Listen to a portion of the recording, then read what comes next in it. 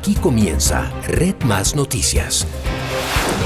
Muy buenas noches y bienvenidos. Por Colombia pasó el líder opositor venezolano Antonio Ledezma, quien entregó detalles de cómo logró salir del vecino país. Dijo que recibió la ayuda de militares y que habló telefónicamente con el presidente Juan Manuel Santos. Entre tanto, en Colombia trascendió que el expresidente Andrés Pastrana gestionó la llegada de Ledezma al país. Desde que pisó suelo cucuteño en el lado colombiano de la frontera, Antonio Ledezma contó que tuvo que pasar decenas de puestos de control para salir de Venezuela, donde estaba en detención domiciliaria luego de cumplir 1000 días de arresto por orden del gobierno de Nicolás Maduro. Fue una travesía, peliculesca. Estamos hablando de pasar más de 29 puestos entre guardias nacionales y policías. Dijo que su decisión de dejar Venezuela, donde fue apresado por su lucha opositora, la consultó con su almohada y pidió perdón a su familia, la que tampoco sabía de esto. Le pido la comprensión a mi esposa, a mis hijas, que han sufrido mucho, porque han tenido horas de angustia sin saber dónde ella estaba, porque esto lo consulté yo únicamente con mi conciencia y espero que el pueblo me entienda. Horas más tarde llegó a Bogotá en un avión privado de Searca y estuvo por un tiempo en la sala VIP de la Cancillería colombiana en el aeropuerto El Dorado. Allí reveló que incluso militares le ayudaron en su travesía hacia el exterior. Es un esfuerzo en la que colaboró mucha gente, desde el Guardia Nacional que me reconoció en una alcabala o por aquí cerquita y me picó el ojo, o desde el militar, que muchos creen que son todos incondicionales a Maduro, pero hay militares que sienten ahorita mucha vergüenza. Aunque en Venezuela sus palabras opositoras lo llevaron a prisión, en Colombia el silencio habló por él por primera vez. Abrí la puerta.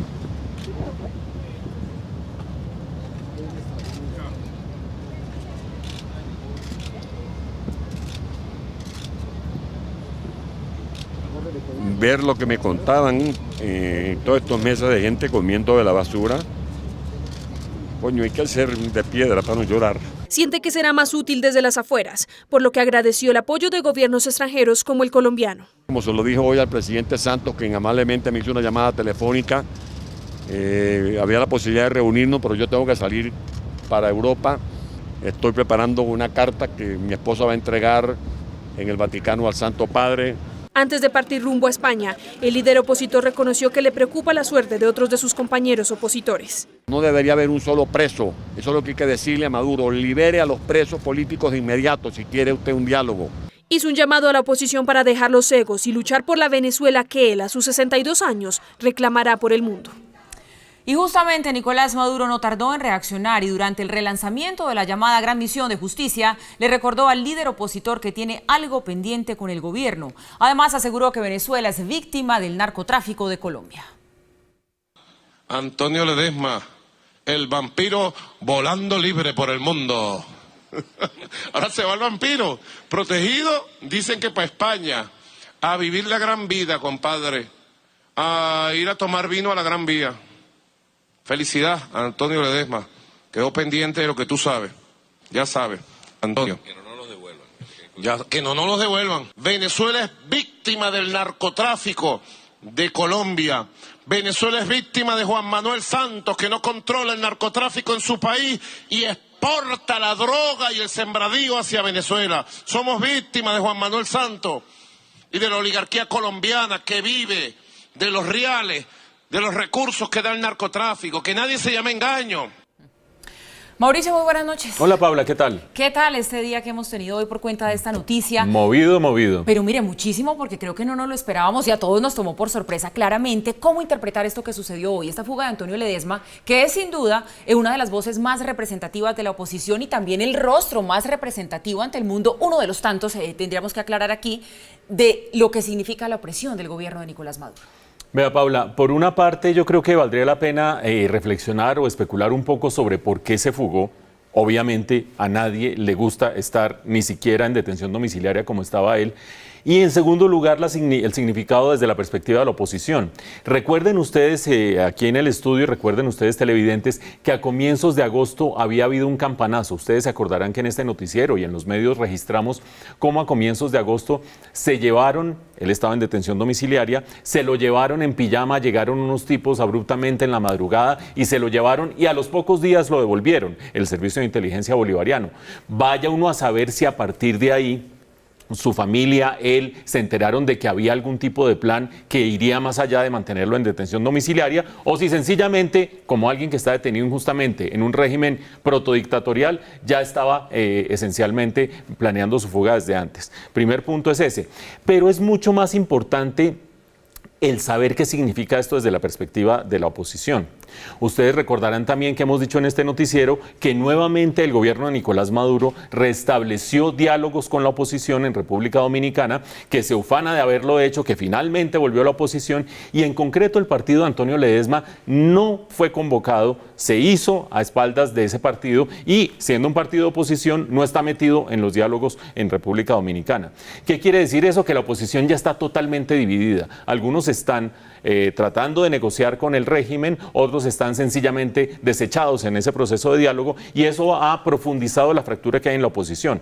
Y ante esa situación, seguramente, a diferencia de lo que estábamos nosotros viendo en el primer semestre, cuando se dieron esas terribles marchas, digo terribles desde la perspectiva de las víctimas que generaron, donde había una oposición que se estaba tratando de unir, hoy está totalmente dividida. Y quizás líderes como Antonio Ledesma y antes Luisa Ortega, que ustedes recordarán, ayer dijimos que denunció a Nicolás Maduro ante la Corte Penal Internacional, han decidido que es mejor estar afuera, que es mejor luchar desde afuera, que tratar de ser víctimas, mártires, estar adentro tratando de instigar a una oposición que está dividida, está fragmentada, y alguna de ellas ya está siendo negociada por el régimen. De manera, Paula, que más allá de lo cinematográfico de la fuga, 15 horas, pasar 29 puestos de control y llegar finalmente a la frontera, más allá de eso, creo que esto es un síntoma muy significativo de esa ruptura de la oposición y de esa fractura que está empezando a sacar gente a tratar de luchar desde afuera. Pues mira, Mauricio, para seguir hablando acerca de esta noticia, recibimos también aquí en el estudio a Ronald Rodríguez, investigador del Observatorio de Venezuela de la Universidad de Rosario. Buenas noches, gracias por estar aquí. Buenas noches, Paula, Mauricio.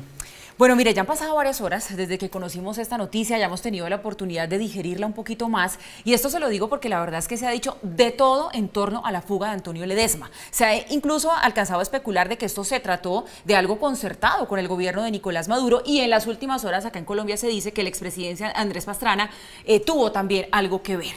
Usted, como conocedor del caso de Venezuela, que es, ¿qué cree que pasó allí? ¿Qué hay detrás de que Antonio Ledesma haya podido lograr salir de territorio venezolano? Bueno, realmente entrar en las lógicas en las cuales se empieza a especular cuál fue el procedimiento, en este momento hay una serie de elementos que están sobre la mesa. Se ha iniciado un diálogo que el 1 y el 2 de diciembre llevará a las partes a República Dominicana, y obviamente en el marco de ese diálogo se pueden empezar a hacer algunos acuerdos. No creo que lo de Ledesma haga parte de esos acuerdos, por el contrario, Ledesma es una figura contraria al diálogo. El partido de Ledesma es un partido que se unió en su momento al movimiento de la salida. Recordemos, en 2014, Leopoldo López, María Corina Machado y Antonio Ledesma exigían la renuncia del presidente como una forma de salir de la crisis, que era una forma constitucional de hacerlo. No obstante, pues eso terminó en una serie de desmanes, y hoy, cuando lo vemos a él respecto al punto de la negociación, es uno de los que más se critica la lógica de la negociación.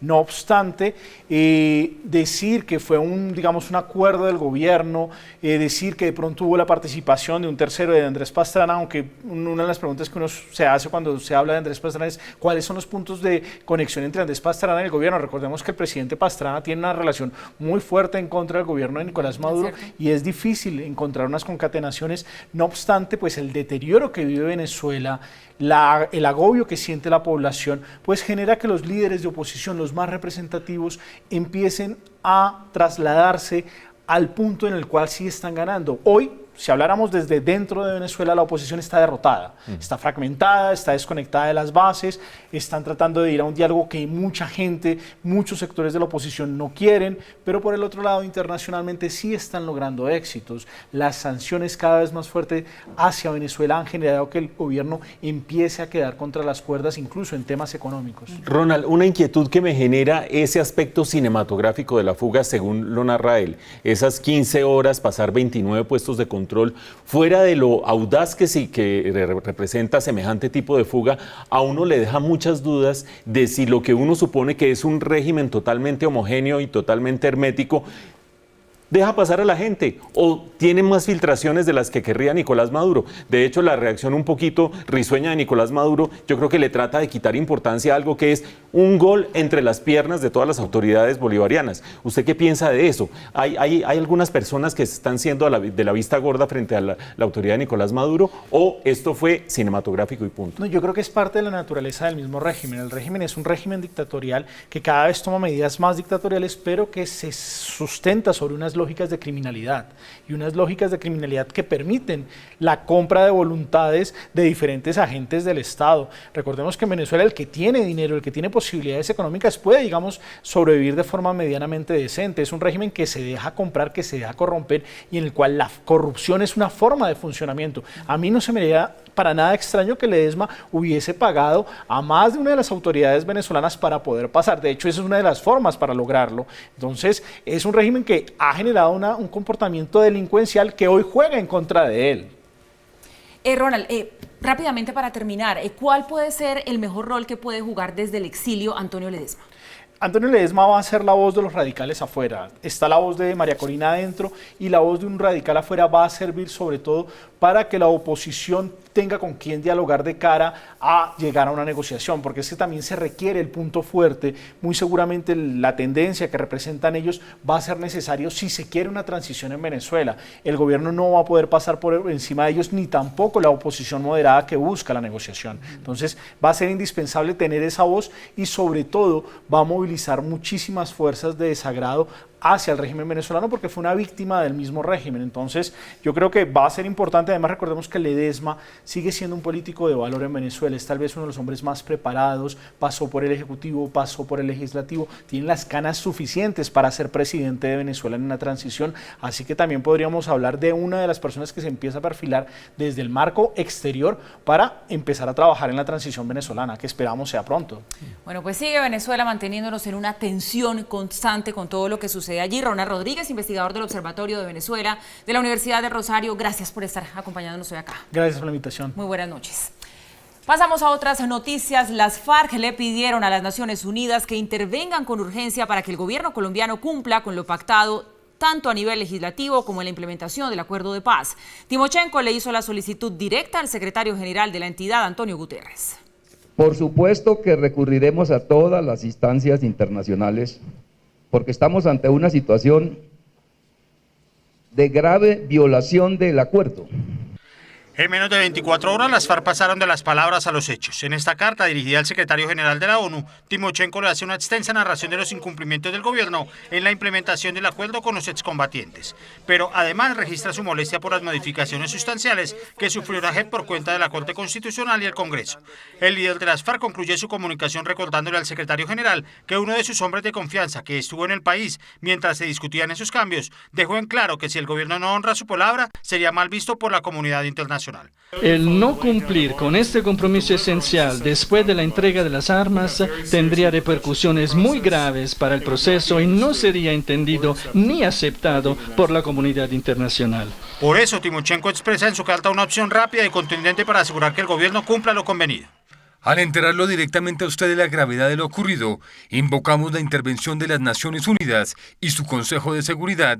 Simultáneamente, el jefe de las FARC le envió otra misiva al presidente Santos en la que también le hace un recuento de los incumplimientos de su gobierno. Le expresa su malestar por lo aprobado por la Corte y el Congreso y le hace una solicitud puntual. La realización de una reunión urgente que nos permita hallar la fórmula para cuidar, construir y consolidar la paz que con tantas dificultades sellamos en los acuerdos de La Habana. Vientos de temporal soplan sobre el proceso de paz. Timochenko le dijo a Santos que está a la espera de la fecha y el lugar de esa reunión para finiquitarla cuanto antes. Bueno, pues eso es lo que hay, lo más reciente en torno a toda esta discusión de la JEP. Mauricio invoca el hoy presidente, o mejor, el candidato a la presidencia, Rodrigo Londoño, en la intervención de la ONU y del Consejo de Seguridad, porque dice que no se les está cumpliendo lo que se pactó en La Habana. Pero dentro de su misiva hay una partecita pequeña, Mauricio, que dice mucho pero no detalla nada. Es aquella que se refiere a que, de no cumplirse ese compromiso de que haya participación en política, habrían repercusiones muy graves para el proceso, y esto lo estoy citando textual. ¿Qué son repercusiones graves? ¿A qué se refieren? ¿Cuáles podrían ser esas repercusiones? Paula, es difícil saberlo, así como es difícil saber lo que dijeron ayer las FARC, por ejemplo, mediante otros voceros, por ejemplo Jesús Santrich, cuando decía, este es el comienzo del fin del proceso de paz. ¿Qué quiere decir eso? ¿Es una amenaza con contenido concreto, o es una amenaza abstracta, o son palabras al aire? Vaya uno a saber qué quiere decir eso, porque además esto cada día, en este proceso, cada día trae su afán y las partes se acomodan de manera distinta. Pero en la carta de Timochenko a las Naciones Unidas, y que seguramente va a tener oportunidad de discutirla con el presidente Santos cuando se reúnan, yo distinguiría dos aspectos.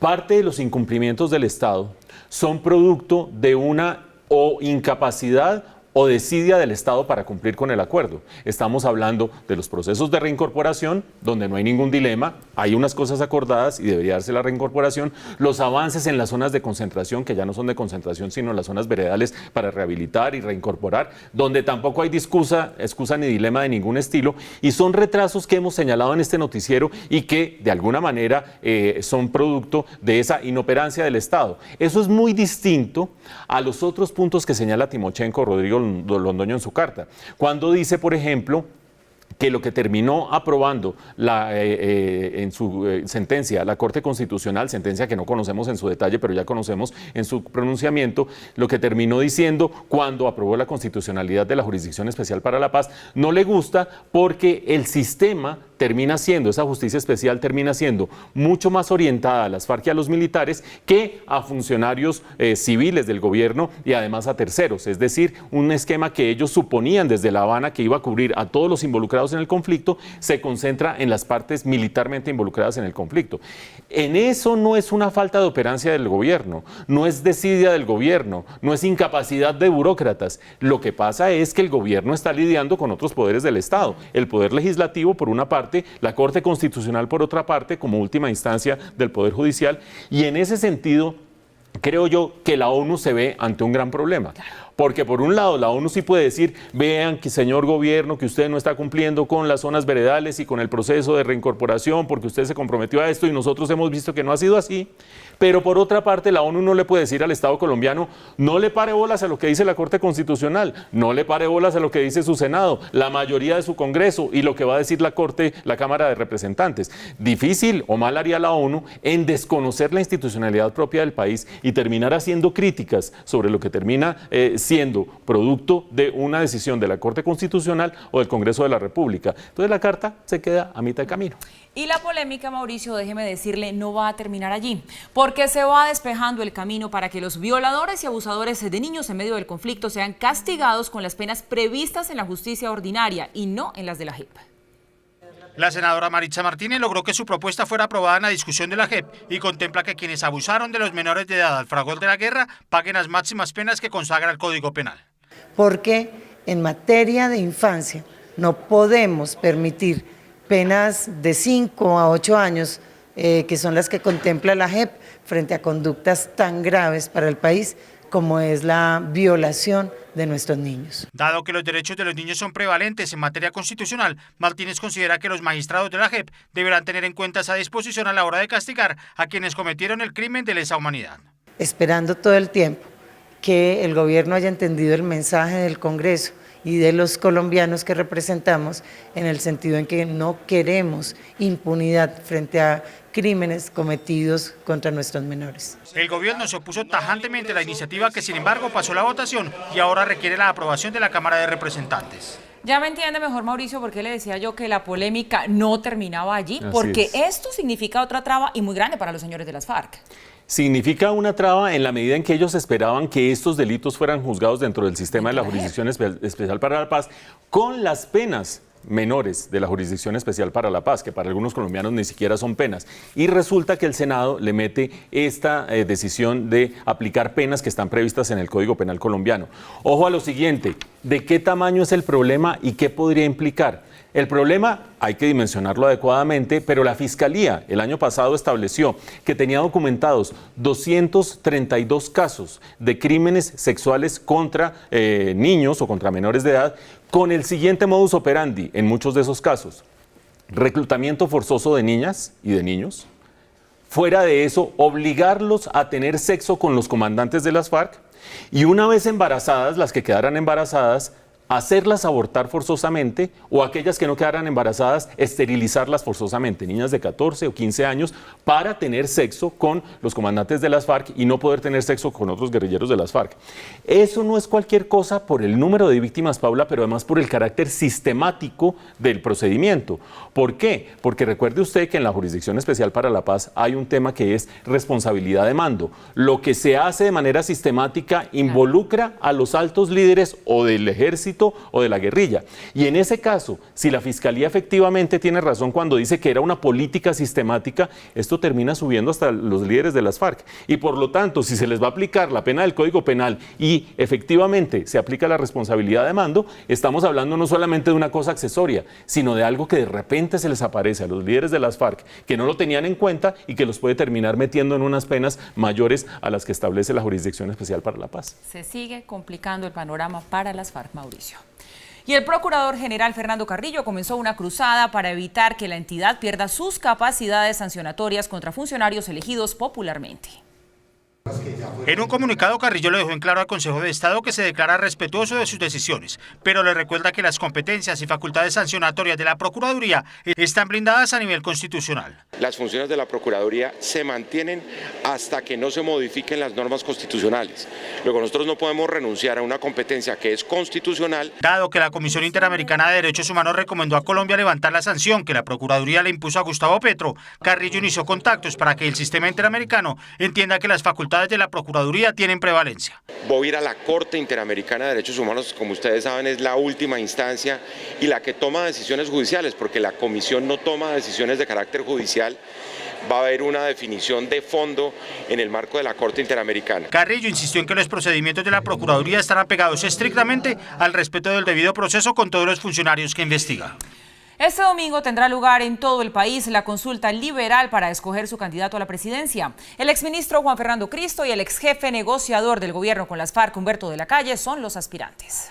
El senador y precandidato presidencial Juan Manuel Galán vaticinó que este domingo el Partido Liberal sufrirá en las urnas el más grande revés político. El domingo el Partido Liberal va a enterrar su vocación de poder. La aseveración de Galán fue hecha de cara a la consulta que el liberalismo hará este 19 de noviembre para escoger su candidato presidencial. También perdimos la oportunidad de haber escogido un jefe del partido imparcial, neutral, que ofreciera garantías. Eso no existe en el Partido Liberal. El joven senador, tras responsabilizar del posible fracaso de la colectividad al expresidente Gaviria y al precandidato Humberto de la Calle Lombana, sentenció que la votación de este domingo será muy baja. Cualquier resultado me parece que va a ser un fracaso porque va a determinar la capacidad del partido para negociar además con otras fuerzas políticas y para llegar a marzo a la contienda electoral de Congreso. Este domingo en la consulta liberal podrán votar todos los colombianos que tengan cédula inscrita. No se requiere demostrar militancia para escoger en las urnas al aspirante liberal a la presidencia entre Humberto de la Calle y Juan Fernando Cristo. La jornada, que le costará a los colombianos 40.000 millones de pesos, se realizará en todo el país entre las 8 de la mañana y las 4 de la tarde. Y la ley seca por esta consulta liberal regirá desde este domingo a las 6 de la tarde hasta el lunes a las 6 de la mañana. En la única ciudad en donde la medida funcionará de otra manera es en Cali, donde comenzará mañana sábado a las 6 de la tarde y hasta el lunes a las 6 de la mañana. La decisión de adelantar la restricción también se tomó por el partido entre el América y el Bucaramanga. La Procuraduría abrió investigación al exalcalde de Cajicá, Oscar Mauricio Bejarano, y 2 de sus secretarios por una posible modificación del plan de ordenamiento territorial al aprobar una licencia de construcción de viviendas en zona rural destinada a la agricultura.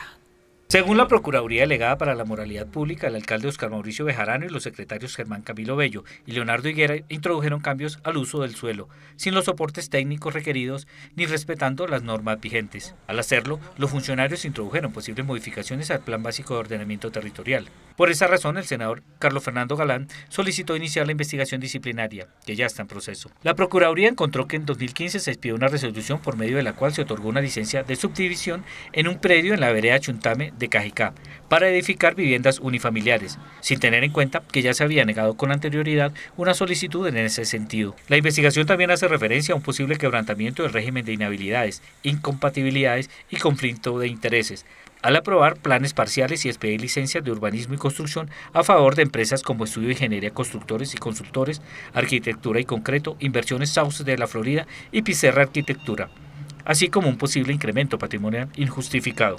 Se ha dicho que se ha creado una fórmula para ganar dinero extra al ajustar los planes de ordenamiento territorial con reformas no muy claras y que convierten zonas rurales en terrenos para urbanizar.